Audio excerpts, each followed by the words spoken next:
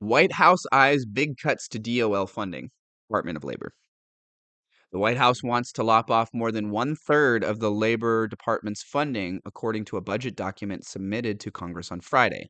The skinny budget proposal, so named because it lacks much of the granular specificity integral to actually allocating money for the federal government.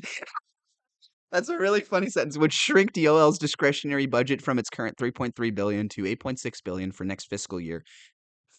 Your host reported for pro subscribers.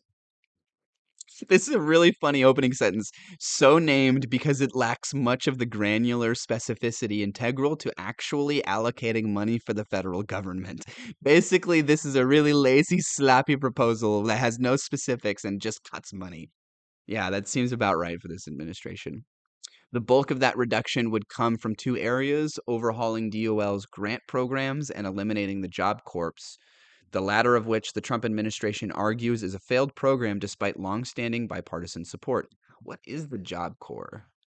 Job Corps is a U.S. government program that provides free career training and education to young people aged 16 to 24, primarily those from low income backgrounds. It's a residential program where students live and learn in a supportive environment, gaining skills and knowledge for a variety of in demand industries. The program offers a path to both completing high school and acquiring vocational skills, ultimately helping graduates transition into the workforce, higher education, or the military. That all seems great. That seems the exact kind of thing we need more of in the United States. What? It's so frustrating, this administration. You can almost work backwards. You can almost say anything, like, you would hope that they would go, what's something, let's identify a problem and then identify a good thing we can do to fix that problem and then do that. I feel like they're coming at it from the exact opposite. Let's identify something good the government is doing. Let's identify a way that we can destroy it, and then let's do that. Like, they're working, and I'm sure this isn't literally what they're doing. Maybe, I sure hope not. But, like, it sure feels like what they're doing. The practical difference between them doing that and what they're doing now, I don't know if there would really be any practical difference. The bulk of that reduction would come from two areas: overhauling DOL's grant programs and eliminating the Job Corps, the latter of which the Trump administration argues is a failed program despite longstanding bipartisan support. There are 4.2 million young Americans aged 16 to 24 who are neither in work nor school and who often have few options to successfully gain the skills needed for gainful employment, particularly in rural communities. That is 100% correct. Basically, the poorer you are, the more rural you are, the more difficult it is to get access to, like, higher education, to college, to vocational training, to trade school, to build the skills and invest in yourself in a way that, like, pays off in the future, to where you can have a more lucrative, more fulfilling, more self-sustaining future. Um, this seems like an excellent program. It seems important. The budget document would also slice 1.6 billion. Sorry, let me go back a second. The department published a transparency report highlighting performance metrics and pre-enrollees' cost of the program, among other data. Budget document would also slice 1.6 billion from DOL grants and roll up what remains into what it's calling Make America Skilled Again grants. President Trump's first budget proposal reaffirms his unwavering commitment to putting American workers first, encouraging and empowering states to upskill their workers by expanding apprenticeship opportunities, Labor Secretary Lori Chavez de Rimmer said in a statement. I can't the first thing my mind goes to when I read a statement like this is I can't help but think the private-public dynamic here, and that they fundamentally are against the government doing anything, and that to the extent that they acknowledge that this is a good and important and useful program within a societal context, they wanna shift it from being a public thing to a private thing, and that's what I would suppose that's what I'm speculating, that's what they mean by encouraging and empowering states to upskill their workers by expanding apprenticeship opportunities.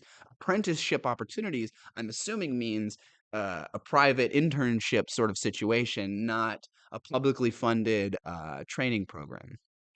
They want to shift they want you to, to take maximal to go maximally cynical on this. They want, the capitalist machine needs meat for the grinder, and they know that, and the more The less public money involved, the easier it is to get them into this meat grinder pipeline, which is inherently a private one.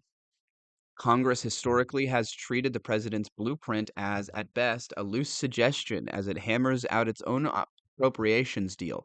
But the Trump administration has been keen on testing that dynamic when it comes to spending.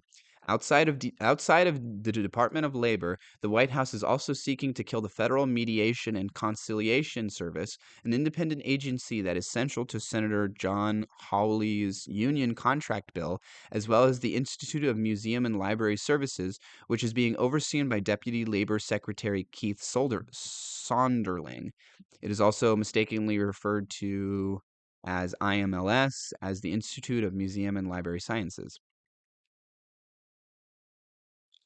Okay, so this article didn't really have a ton of information. Basically, they're just looking at some cuts, um, and that they the skinny budget proposal. I guess they only have a skinny budget proposal, and I'm gonna read it one more time. So named because it lacks much of the granular specificity integral to actually allocating money for the federal government.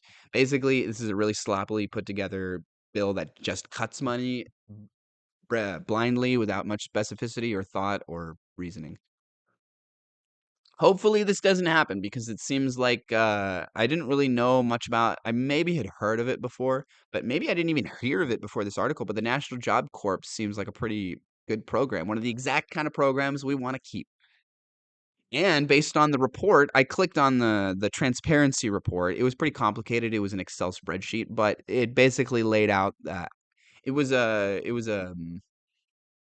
statistical breakdown of the financial effectiveness of the program, basically the costs in and how the people that graduate from the program and the people that go through the program, the benefits that they see versus those that don't go through the program, and that based on the input costs and the output results, it's overall a very lucrative program.